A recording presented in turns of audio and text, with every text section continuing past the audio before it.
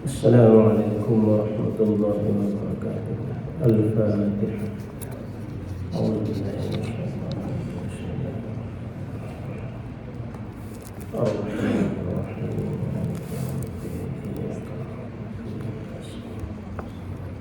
اهدنا الصراط المستقيم صراط الذين أنعمت عليهم غير المغضوب عليهم ولا الضالين.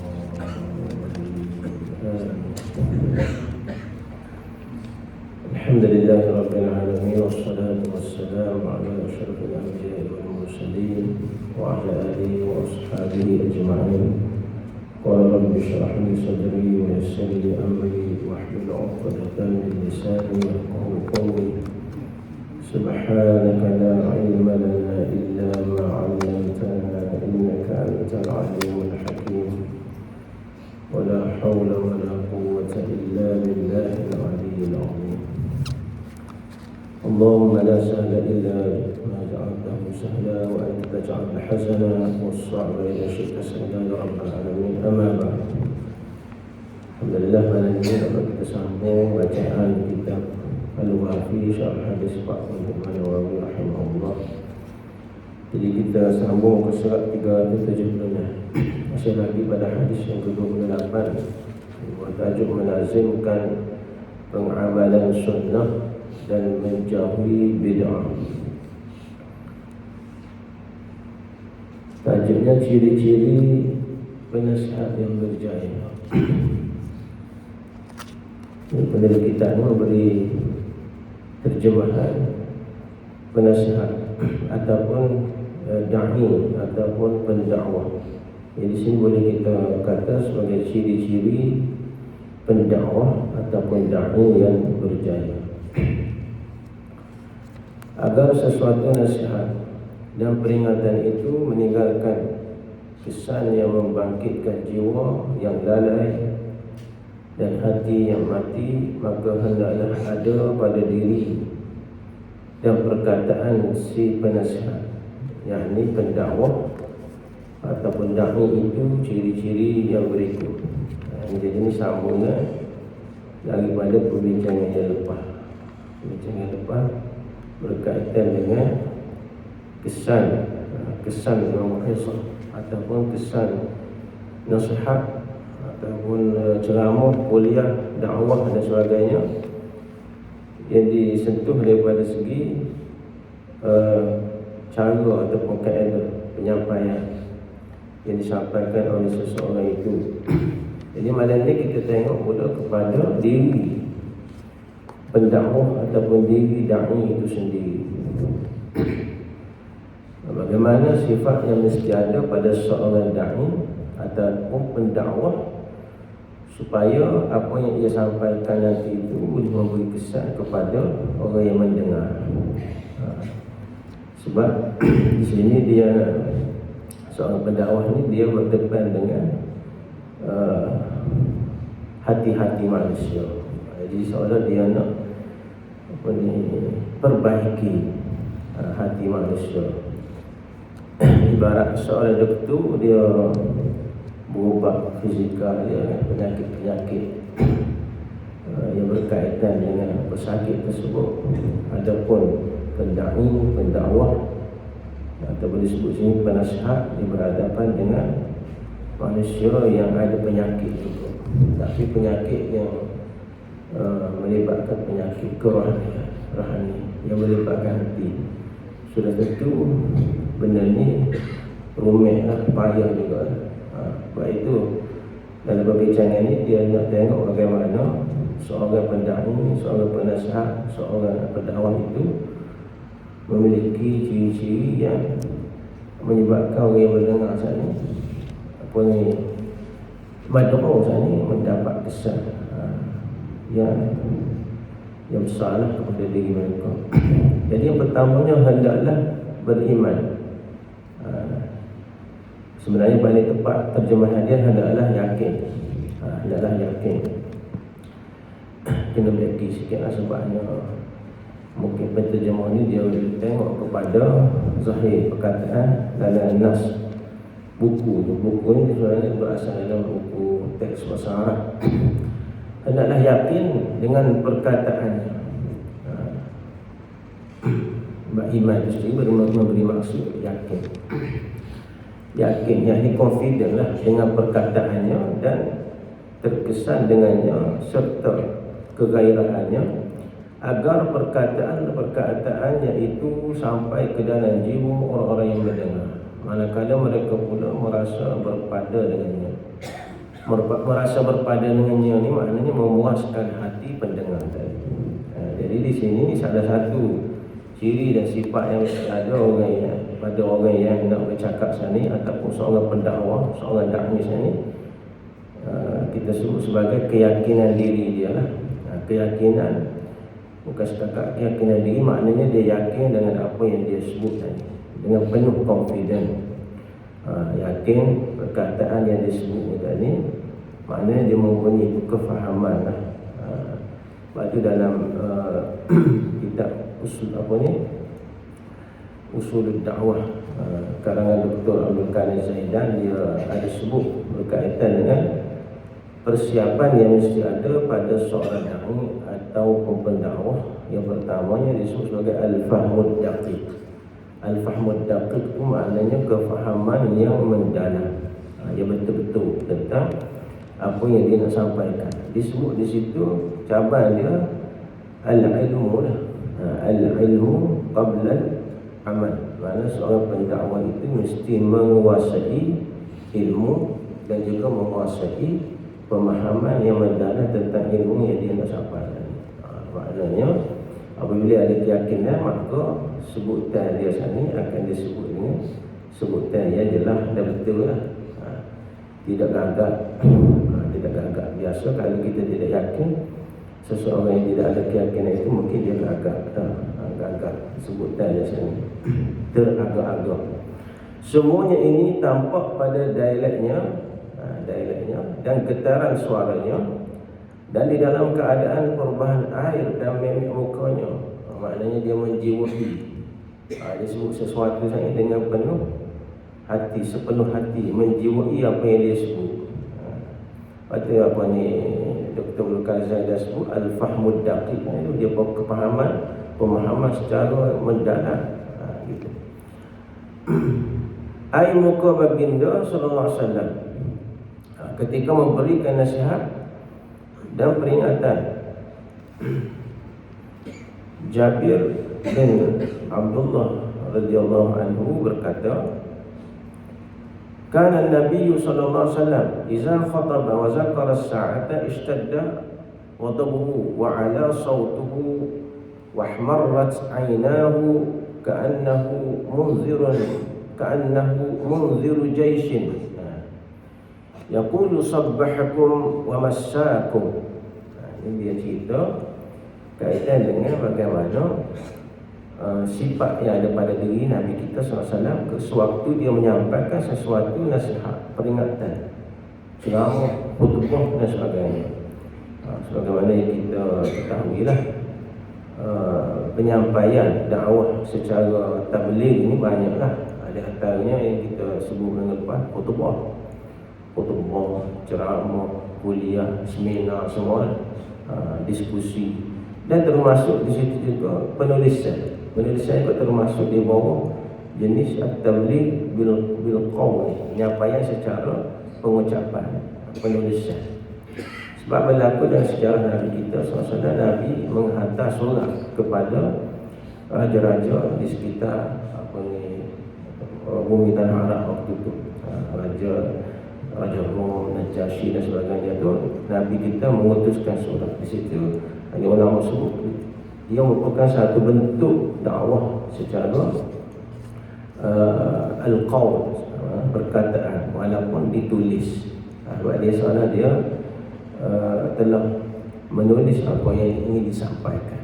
Hari ini media banyak terlibat dengan bentuk ni, Facebook, Twitter, TikTok dan sebagainya. Hari ini banyak terlibat dalam konteks dakwah tabligh bil qawl.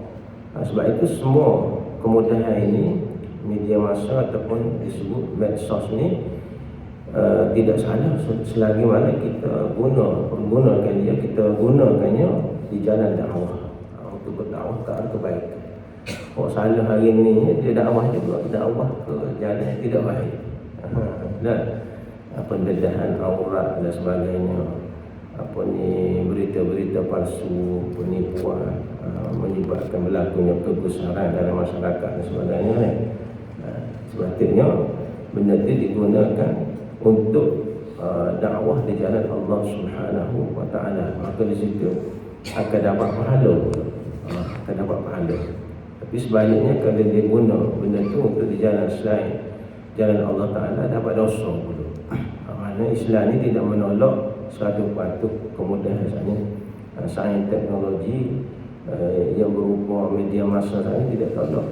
Sebaliknya kita mesti menguasai, orang-orang Islam mesti menguasai, orang berilmu mesti menguasai. Ada setengah orang tahu bila berada di tahap menguasai ilmu agama, dia kata tak boleh main benda ni, tak boleh main media massa sebagainya, TikTok dan boleh. Sebenarnya tidak ada masalah selagi kita dapat menggunakan, memanfaatkannya di jalan dakwah untuk agama Allah SWT. Jadi ceritanya Nabi SAW apabila berkhutbah ada menyebut tentang hari kiamat, bertambahlah kemurkaan baginda. Jadi gitu sifat Nabi kita. Bertambah tinggi pula lah suaranya apabila dia berkhutbah menyampaikan tentang hari kiamat, menyebut tentang hari pembalasan. Maka disebut dalam hadis ni ishtadda ghadabuhu. Jadi macam dia seronok, bersungguh cakapkan dia, ishtadda ghadabuhu wa ala sautuhu, dia tinggi suara dia. Dia maknanya bersungguh ni. Sungguh. Mana dia kita kata dia menjiwai. Dia menjiwai. Dan Nabi menghayati apa yang dia nak sebut. Dan menjadi merah air mukanya, wahmarrat ainahu. Merah kedua-dua mata dia. Begitu bersungguh sekali. Maknanya ni bentuk cara penyampaian, body language kita kata yang ada pada diri Nabi SAW. Tidak kata sebut bab kiamat, bab azab, bab yang berkaitan dengan pembalasan Allah SWT, neraka, maka disebut dengan suara yang biasa. Style kita gitu ya. Senada Nabi bila sebut benda-benda gini, dia buat penekanan dengan suaranya yang tinggi, merah muka dia macam orang nak marah gitu dah, merah mata dia. Nak beritahu gambaran kepada kita bersungguh Nabi. Boleh kita gambar sendiri lah macam mana kesungguhan. Ka'annahu munziru jaisin, seolah-olah dia ni dalam kitab ni dia terjemah pengintik, bukan pengintik tu. Munziru maknanya komandan. Komandan. Seolah-olah dia ni seorang komandan tentera. Komandan tentera ni suara dia kuat kan. Bila dia keluar arahan apa-apa yang kaitan kepada tentera dia, orang yang bawa dia suara dia. Suara dia. Kita tengok budak-budak sekolah pun kalau dia berlatih kawak dan sebagainya, jadi kepala tu kuat suara dia. Biasa lagi dia kan. Dia tidak lembab dah. Yaqulu, berkata sabbahakum wa massakum. Maknanya di situ dia memberi, maknanya arahan kepada tentera dia, amaran kepada tentera dia, seolah-olah pagi esok kamu akan diserang, dan petang esok juga kamu akan diserang. Sabbahakum wa massakum, dengan mata yang merah. Waktu Nabi berkhutbah kaitan dengan hari kiamat, sa'ah. Cerita di sini daripada segi pendakwah itu sendiri, bagaimana dia muka dia, orang panggil tu badan dia, gerakan dia selari dengan apa yang ingin disampaikan. Kemudian yang kedua, hendaklah menjadi seorang yang bersih hatinya, yakni suci murni dari kekotoran. Makna ini kotoran-kotoran yang berkaitan dengan kerohanian lah, dalamnya. Keluar perkataannya dari hatinya yang jujur, lalu menyentuh hati-hati orang yang mendengar. Adapun orang yang mempunyai hati dan jiwa yang berpenyakit, maka perkataan-perkataannya hanya keluar dari mulutnya lalu masuk ke dalam telinga kanan si pendengar dan keluar melalui telinga kirinya. Jadi ayat di sini daripada segi akhlak lah. Akhlak seorang pendakwah ini mesti berakhlak. Pertama-tamanya suci bersih jiwanya. Artinya di dalam jiwanya, diri dia, hati dia tidak ada sifat-sifat yang tercela, sifat-sifat mazmumah, sifat dengki, sifat pemarah dan sebagainya. Tidak ada dalam diri dia. Ya, sifat dendam dan sebagainya. Sebab dia nak dakwah kan. Macam mana dia nak dakwah kan kalau jiwa dia sendiri kotor. Dia sendiri pun jenis tak sabar, dia sendiri pun jenis tidak amanah, dia sendiri pun jenis mungkin janji. Macam mana dia nak dakwah kan, nak mengajar kan. Di situ orang akan tengok dia. Orang akan tengok dia. Sebab itu di dalam bentuk-bentuk dakwah juga. Ini kita sebut tabligh bil qaul. Yang ketiganya tabligh bil akhlaqil hasanah. Penyampaian dalam bentuk kita tunjuk akhlak yang baik. Pada disebut al-qudwah al-hasanah, ataupun dalam istilah ilmu dakwah dipanggil lisanul hal. Maknanya orang lihat kepada dirinya tu pun sudah jadi dakwah. Dan kita tengok ramai kan di kalangan kita orang bukan Islam masuk Islam disebabkan amalan perangai orang Islam itu sendiri. Dan beberapa ramai juga orang tidak minat dengan Islam disebabkan dia tengok perangai orang Islam dia. Contohnya orang Islam suka tahu siapa. Orang Islam suka balok. Orang Islam suka cakap mencarut dan sebagainya. Orang Islam tidak serupa dengan yang diajar oleh agama Allah SWT. Bagaimana dia nak keliru dengan Islam. Tapi sebaliknya kalau dia tengok orang Islam itu berjumpa amanah, jujur, integritinya tinggi, tidak kena orang mulia, berbudi bahasa, ada cerita kan. Benar, orang bukan Islam menumpang rumah dia layan dengan sangat-sangat baik, beri makan lagi, beri makan yang istimewa lagi, beri tempat tidur istimewa. Ada cerita tu, tuan rumah tu tidur luar, beri kau tetamu masuk tidur dalam bilik, contohnya.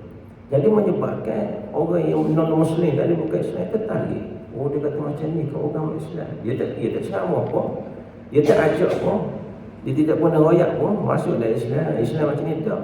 Tapi apabila dia sidik-sidik, ni orang Islam, macam ni gambaran Islam, maka orang tertarik. Di situ disebut sebagai akhlak.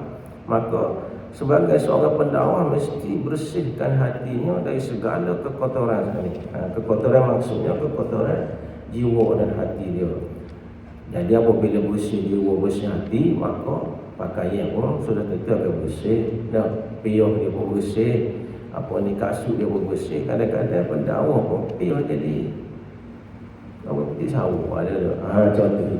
Contoh kita beramal dengan Islam.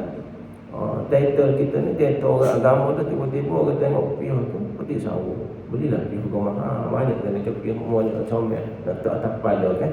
Sebagai mahkota contoh. Orang jadi benda tu menjadi memberi kesan kepada madhum kita. Orang yang nak dengar tentang apa yang kita beritahu kepada kita aja. Telah diriwayatkan bahawa Al-Hasan Al-Basri telah mendengar seseorang sedang memberi nasihat kepada orang ramai di Masjid Basrah, namun tidak terkesan hati beliau mendengar nasihat orang tersebut.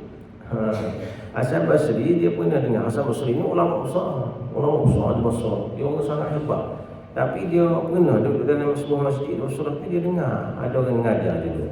Dia dengar orang mengajar, tapi dia kata tak masuk ada hati dia, buat apa tak tahu. Tak terima lah, tak boleh nak terima. Selepas orang ramai pergi, beliau pun berkata kepada orang yang memberi nasihat itu, saudara, adakah terdapat penyakit dalam hatimu atau dalam hatiku? Sambil berkata, ya hazar, saudara, imma anna fi qalbika maradan atau fi qalbi. Sama ada penyakit itu duduk dalam hati aku ataupun dalam hatimu. Dua-dua. Maknanya kalau kita duduk dalam majlis ilmu, duduk mendengar, kalau tak masuk perut, sama ada kita sendiri ada penyakit hati Ataupun orang je buaya tu ada penyakit hati juga. Maka tak boleh. Dia jadi sakit. Jadi sakit. Jadi maknanya di situ mestilah berakhlak dengan akhlak yang mulia. Kemudian yang ketiga hendaklah beliau mengamalkan apa yang dicakapkannya.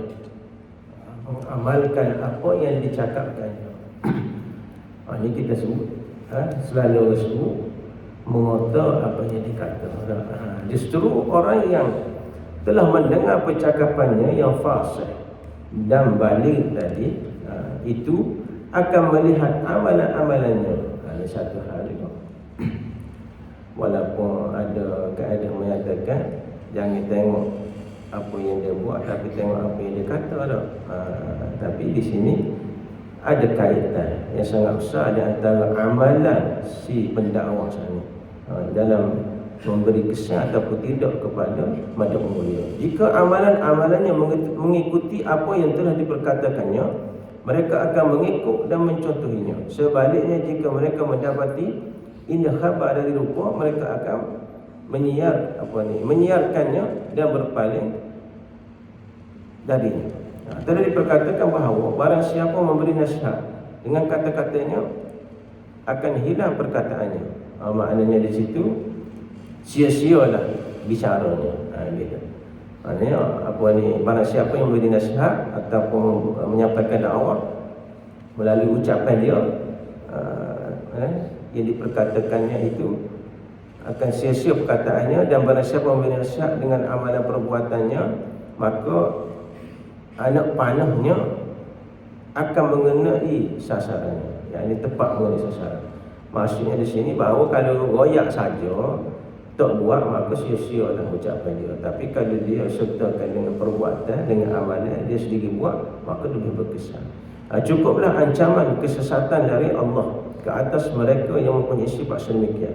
Ini ada dua ayat Al-Quran. Firman Allah SWT, A'udzubillahi minasyaitanirrajim, Ya ayyuhalladzina amanu lima taquluna ma la taf'alun, kabura maqtan indallahi an taqulu ma la taf'alun.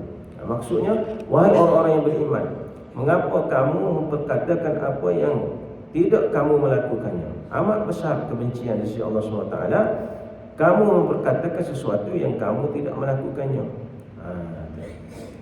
Maknanya di sini bahawa kalau seorang da'i pendakwah ini dia pandang royak aja. Royak gitu gini dia sahabat tak buat. Maka kalau mad'u tu pula kecil tengok, dia kata kecil saja dah. Ustaz ni contohnya. Maka tak ada kesan. Orang kata kalau begitu dia tak buat, aku malah buat jugalah. Contoh.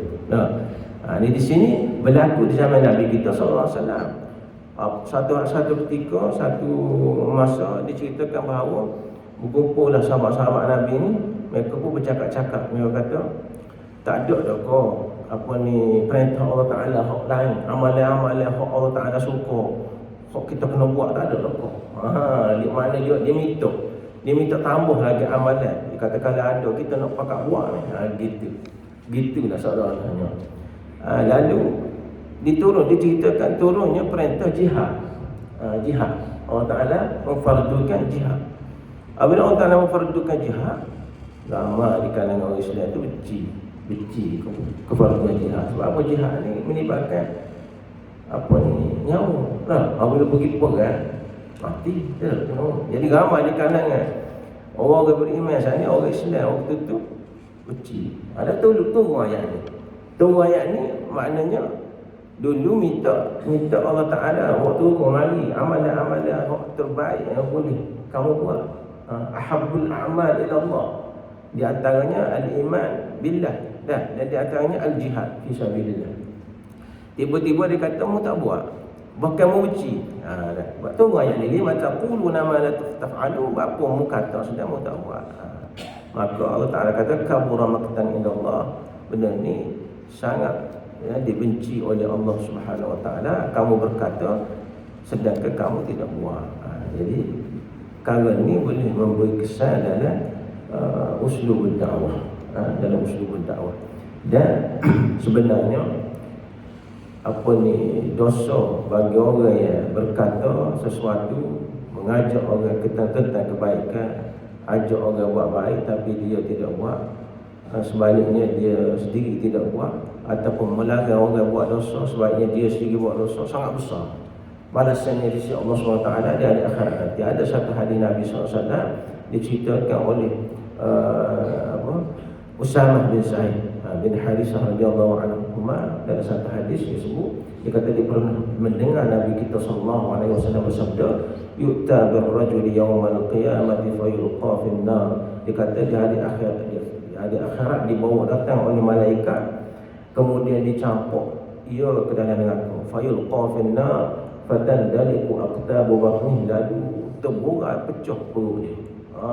Betapa kuatnya malaikat terpegang dia, lontar dia, capuk dia dalam neraka, jatuh pecah terburai perut dia. Fatandaliqu aqtabu batnihi fayaduru biha kama yaduru al-himar fi ar-rahab. Maka berpusinglah dia dalam neraka tu seumpama keldai berpusing pada kisaran. Orang zaman dulu dia buat ngisar gandum, tempat kita ni buat ngisar beras dan sebagainya, dia ada kisaran kan, dia buat dua batu bola tu, bawah atas atas dia berlupai, kita boleh bubuh beras ke gandum, kemudian kita pusing nak asingkan daripada kulit dengan beras tadi dah. Kemudian orang zaman dulu dia ikat hemar tu, hemar je pusing, dia bubuh kayu, dia letak atas tekuk kan, musing. Jadi dia cerita, dia beri gambaran, ini gambaran yang sangat buruk, memberi gambaran seorang lelaki yang dicampur dalam neraka, kemudian pecah perut dia, kemudian dia musing dalam neraka dengan urat perut dia tu. Siapa lelaki ini? Fayajtami'u ilaihi ahlun nar, lalu berkumpullah ahli neraka, fayaqulun, ahli neraka berkata kepada mereka itu, ya fulan malak, hei fulan, Bapa mu duduk gini, kena buat gini. Alam takut ta'muru bil ma'ruf wa tanha 'anil munkar. Tidak kamu dulu ni mengajak manusia buat kebaikan dan melarang manusia buat kejahatan. Fayaqulu, kemudian dia berkata, "Bala betul." Rupa-rupanya baca buruk ni orang yang sahur juga. Ada atas dunia ni orang hebat juga. Bukan cara-cara orang mengajak orang duk mengajak orang. Ini satu benda yang menakutkan kita lah. Kuntu amuru bil ma'ruf. Dia kata memang dulu aku dah ajak orang buat baik, wala atihi, tapi aku tak buat. Wa anha 'anil munkar, aku larang orang buat jahat, wa atihi, aku buat. Itu masalah. Dah. Wayak orang gitu gini, fadilah gini dia sendiri tak buat. Larang orang jangan tengok aurat, dia sendiri tengok aurat. Contohnya tu. Jangan duduk gini. Jangan duduk meropak, dia sendiri meropak. Jadi sebenarnya dosa orang yang tahu ni lebih besar. Bila dia tahu, dia buat apa orang, dia boleh ajak orang, tapi dia tidak beramal dengan ilmu yang dia wayak orang sana ni, sangat besar dosanya, balasannya di sisi Allah SWT, sehingga Allah Ta'ala capuk dia dengan neraka, pecah buruk balasannya. Sebab apa? Sebab orang gini seolah-olah dia datang dunia ni nak jaga buruk dia aja. Kepentingan diri dia sahaja, sehingga pecah buruk, dia musing dengan neraka. Ini sangat dahsyat balasan Allah SWT bagi orang yang mengatakan sesuatu tentang kebaikan dan mengatakan sesuatu tentang kejahatan, dia sendiri tidak buat kebaikan, bahkan dia sendiri buat kejahatan, maka dibalas dengan balasan pecah buruk dalam neraka. Daripada segi dakwahnya tidak akan memberi kesan yang kuat kepada apa ni madakmu dia. Orang tengok dia, dia kata buat saja dia buat dia. Keluarga dia, bini dia tak tutup aurat. Anak dia berkandung pendek. Contoh dia wayak ngaji sekolah agama ni bagus, tapi anak dia tak ngaji sekolah agama sahabat. Contoh lah. Contoh dia wayak tahfiz sekolah, anak-anak orang tahfiz ni bagus, anak dia sendiri tak ada serabut tahfiz. Gitu contoh lah. Contoh-contoh mudah. Ada banyak lagi lah benda lainnya. Ada wayak tak boleh masuk situ, tak boleh pergi situ tu, jangan pergi. Tak boleh, dia sendiri kalau kapal ada, piyah tak ada kepala berapa jumpa dengan orang. Contoh, maknanya benda gitu tidak memberi kesan kepada dakwah dia. Kemudian seterusnya, kelebihan sahabat dan kemurnian hati-hati mereka. Berkaitan dengan hadis ni lagi. Ketakutan yang menghuni hati-hati para sahabat, dan air yang mengalir dari mata-mata mereka tak kala mendengar nasihat Nabi SAW, menjadi bukti akan kelebihan dan kebaikan mereka serta ketinggian dan penambahan dalam tangga kejayaan dan martabat keimanan, sehingga mereka menjadi sebenar-benar bintang-bintang yang dibuat petunjuk dan panduan. Ini sifat yang ada pada para sahabat radhiyallahu anhum.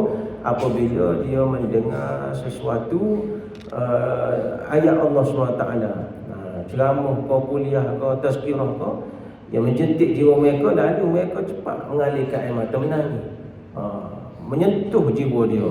Dia dah kata keras kekong gitu loh, tak suruh ke satu seteri biasa ada apa sih pakai tengok gitu ada, tapi bukan benda tu turun ke hati dia sedih. Dia suruh benda tu kena ke dia, lalu dia menangis. Kita cerita sebenarnya bagaimana menangis teresok-esoknya mereka ini apabila mendengar ayat-ayat Allah Subhanahu wa ta'ala. Maka mereka pun berhak memperolehi pujian dari Rasul dan guru mereka sallallahu alaihi wasallam dan dari pencipta mereka Allah Subhanahu wa taala. Wa idza sami'u ma unzila ila rasul tara a'yunahum tafidu min ad-dam'i mimma 'arafu min al-haq. Maksudnya, dan apabila mereka mendengar Al-Quran yang diturunkan kepada Rasul yakni Muhammad sallallahu alaihi wasallam, kamu melihat mata mereka mencucurkan air mata disebabkan apa yang mereka ketahui melalui kitab mereka dan kebenaran Al-Quran. Surah Al-Maidah ayat 83. Jadi nak ceritanya para sahabat radhiyallahu anhum ni gitu sifat dia. Sayyidina Abu Bakar, Sayyidina Umar, Uthman, Ali dan sahabat-sahabat yang lain apabila dia baca Quran menangis. Diceritakan Sayyidina Umar Al-Khattab waktu dia jadi imam, waktu subuh dia baca surah Yusuf menangis. Menangis tu kita ke siapa bercucuran air mata basuh ni. Basuh betul lah gagah ni basuh. Basuh jeruk. Menangis. Betul lah kalau kita pergi Mekah pergi Madinah lah ni, orang Arab sendiri kita tengok kok ada sebelah kita kadang-kadang tu bila puasa contohnya bila kita baca ayat-ayat yang berkaitan dengan diri dia menangis basuh janggut-janggut mereka ini lah. Mereka itu. Jadi itu di antara sifat para sahabat radhiyallahu anhum, begitu sekali menjiwai apa yang dia dengar. Firman Allah Subhanahu wa taala dalam memuji kaum muslimin, innamal mu'minuna idza zukirallah wajilat qulubuhum. Innamal mu'minuna idza mana? Innamal mu'minuna alladhina idza dzukirallahu wajilat qulubuhum wa idza tuliyat 'alaihim ayatuhu zadatuhum imana. Kenapa kasih pera? Pelan. Jadi sekali. Maksudnya sesungguhnya orang yang beriman itu yang sempurna imannya ialah mereka yang apabila disebut nama Allah dan sifat-sifatnya gemetarlah hati mereka, dan apabila dibacakan kepada mereka ayatnya menjadikan mereka bertambah imannya.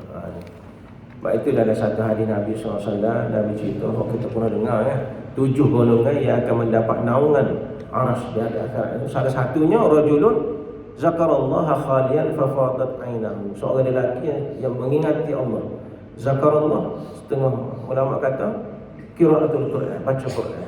Maka dalam keadaan sunyi, orang tak tahu, fafadat ainah, mengalir air mata dia. Ini salah satu golongan yang Allah Ta'ala letak dia di bawah naungan aras, golongan yang ketujuh. Nak cerita bahawa besarnya balasan pahala di sisi Allah SWT bagi orang yang mendengar ayat Allah SWT, kemudian dia rasa takut, kemudian jiwanya rasa gemetar, kemudian menangis. Sehingga dalam hadis Nabi pun sebut, kalau mu tak boleh menangis, fatabaka, iqra'ul Quran fabku. Nabi kata baca Al-Quran kemudian menangis. Nabi suruh menangis, baca Quran kemudian menangis. Payah kita nak menangis baca Quran bodoh. Sebab kadang-kadang nak baca payah bokak apa nak suruh nangis pula. Kalau nangis kita kerti baca, ada. Kita nak baca tak kerti nangis sebab kata kerti. Apabila dia kerti tak senang pun ada. Jadi Nabi kata sila menangis kalau mau baca Quran, menangis. Kalau mau tak nangis fatabaka, buat nangis. Nabi suruh buat nangis.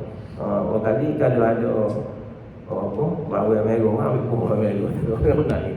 Maknanya menangis tu satu galakkan. Al-buka, dipanggil al-buka dalam baca Quran. Menangis dalam baca Quran ni sangat digalakkan pada bangkau Nabi kita SAW.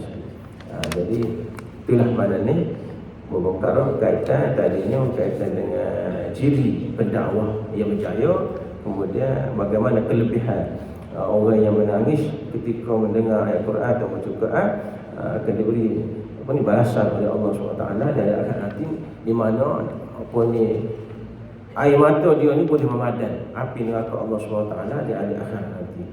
Dan kita sekarang ni sedang berada di bulan Syaban, minggu depan tak ada kelas minggu depan sebab esok kan puasa, 2-3 tu puasa. InsyaAllah dari panjang umur kita jumpa pula lepas puasa. Jadi di kesempatan yang ada ni, ucapkan kepada semua ahli Jumaat yang ada, selamat menyambut Ramadan nanti. InsyaAllah kita berdoa Allah SWT supaya kita semua kesapa bertemu dengan Ramadan, Ramadan yang akan mari dekat lagi. Ramadan nama yang tidak asing lagi bagi kita lah. Ada orang nama Ramadan, ada pengaruh bahagian pendidikan Islam ni nama Ramadan, Ramadan. Tapi tu orang ini Ramadan ya Allah Ta'ala hantar nama bulan yang sangat besar di sisi Allah SWT supaya kita kesapa.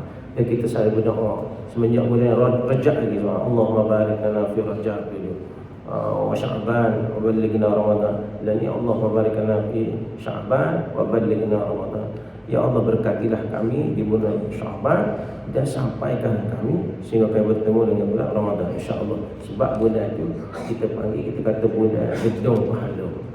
Gedung sangat pahala. Kalau bulan itu, kalau kita baca Quran boleh menangis pula, lagi besar ni pahala kita di sisi Allah SWT. Jadi hamba nak ucap selamat bertemu dengan Ramadan, insya-Allah, dan selamat berpuasa, insya-Allah.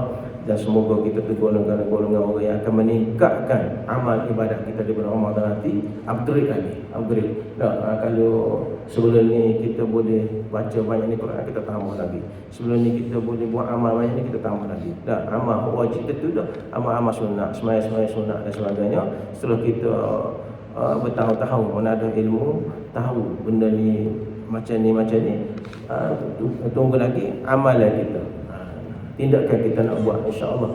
Apabila mari Ramadan kita berpeluang yang sangat besar di sisi Allah SWT. Itulah sedikit sebanyak sebab sebulan lebih kita akan bertemu, insya-Allah.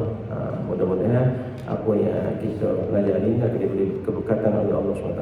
Dan mohon maaflah kalau ada kesalahan, kekurangan dari pihak Abu semasa menyampaikan kuliah ini. Mudah-mudahan kita diberi keampunan oleh Allah SWT. A'udzubillahi minasyaitonirrajim. Bismillahirrahmanirrahim. Alhamdulillahi rabbil alamin, wassalatu wassalamu ala asyrafil anbiya'i wal mursalin wa ala alihi wa ashabihi ajma'in. Allahumma ij'al jam'ana hadha jam'an marhuma wa tafarruqana min ba'dihi tafarruqan ma'suma wa la taj'al Allahumma fina wa la ma'ana wa la man yatba'una shaqiyyan wa la matrudan wa la mahruman ya rabbal alamin. Allahumma zidna ilma warzuqna fahma. اللهم بارك لنا في شعبان وبلغنا رمضان. اللهم بارك لنا في شعبان وبلغنا رمضان. اللهم بارك لنا في شعبان وبلغنا رمضان. وصلى الله وسلم وبارك على محمد وعلى اله وصحبه وسلم. الحمد لله رب العالمين. تقبل الله منكم.